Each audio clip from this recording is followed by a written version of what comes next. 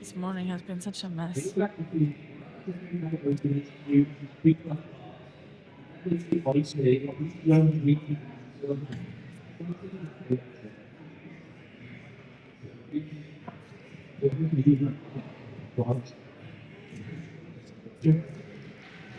They can't hear.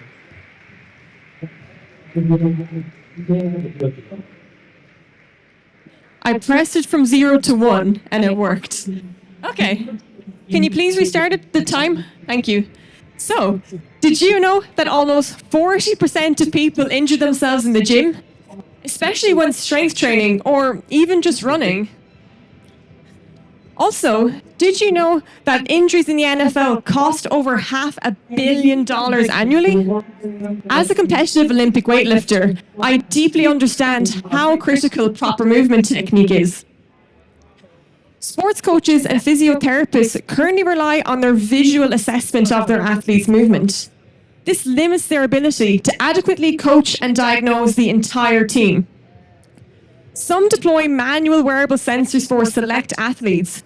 Others rent out expensive motion capture labs. You might be familiar with these. They take up an entire room, take hours to set up, require a technician to operate, and potentially take weeks to get insights from. I knew there had to be a better way to solve this with technology. What coaches and therapists really need is a tool to easily and accurately measure movement quality anywhere, anytime, and with a device that's already in their pocket, the mobile phone. My name is Emma Meehan. I am the founder, CEO, and CTO of Precision Sports Technology. I developed Kinetic IQ to provide real-time feedback and analysis on exercise technique with something I already had in my gym bag. Using AI and 3D scanning technology, we built up a completely individualized, optimal movement pattern for a person's body type. Combining AI and LiDAR scanning technology on mobile phones with advanced computer vision algorithms, we are able to provide real-time feedback for exercise, preventing injuries before they even happen. Sports coaches and physiotherapists are blown away with how this makes them more effective, saving them dozens of hours and giving them that extra 1% edge that makes teams win championships. We have deep market expertise and the team to execute on this. My background is vast in technology and the fitness industry, but I'm complemented by our Chief Commercial Officer, Sean, who has more than 8 years sports tech sales experience, has a master's in sports performance, and is also an elite athlete. Our tech is all built in-house with an incredible team of engineers, including masters in AI and PhDs in AI and machine learning. We are live and revenue generating. We have six-figure contracts on the table, scaling within some of the biggest sporting organizations in the world. We are a software as a service platform, selling directly to sports organizations and charging per athlete and level of analysis required. Not to mention, this industry is growing at over 30% every year. However, this is just the beginning. Our vision is to become the singular cloud-based platform for mobile movement analysis for sports coaching and physiotherapy. First to the professional sports teams, then to the consumer. Our goal is to make real-time exercise feedback globally accessible by partnering with existing winners in the digital healthcare and consumer fitness space in order to access this multi-billion-dollar opportunity. 2025 is going to be a transformational year for us as we expand from Europe into the United States. We need your help.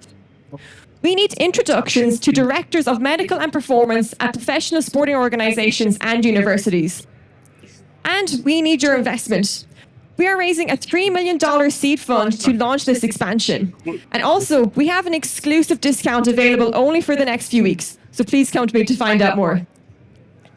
At Precision Sports Technology, with our tech and our ambition, we have the ability to make a global impact on movement health, using AI to make exercise safer, more engaging, and more effective, anywhere, anytime.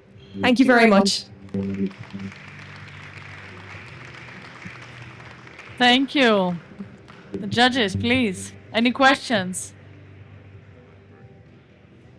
Emma, really cool space. Love your story and background. What's the go-to-market strategy? Yeah, so for us, it's professional sporting organizations is our beachhead, and we're currently tackling these on a direct sales basis. So we have a really strong network we already have with coaches and physiotherapists. So we're contacting them directly. They have the budget release, and then the key activities around that are conferences, events, and also referral systems as well. So that's for sports, but going from sports down to consumer is much easier than bottom up. So we're going to use our reputation in the sports industry to then build out our partnerships to tackle the much larger global markets. And who's the typical buyer at those sports organizations? And does the purchasing power travel with them, or it's at the organization level? So the actual buyer is the director of medical and performance. So they're the person we've actually been speaking more to in the last few months, because we've been going to the physio and the SSC coach. They're the user, but it's the director that ultimately has the sign-off. But they understand the problem and the product, so that's been very successful for us so far. Thank you. Yeah, great presentation. Why the US, and how well can you protect the technology? That's my two questions.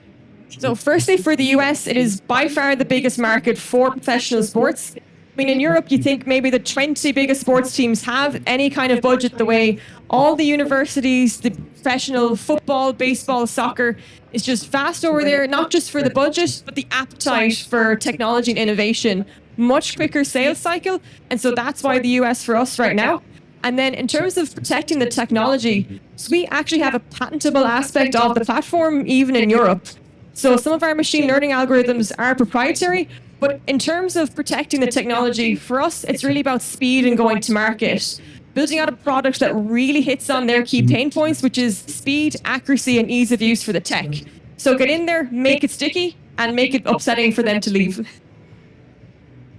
To build on that, tell us a bit more about your competitive edge when it comes to the development of the technology. What makes you as a team the best to be able to develop that technology and continue to be competitive in it over time? Yes, I mean, we have a pretty small team now. It's like 9 or 10 of us. But I mean, from my own background, I wrote the first line of code for this about 7 years ago.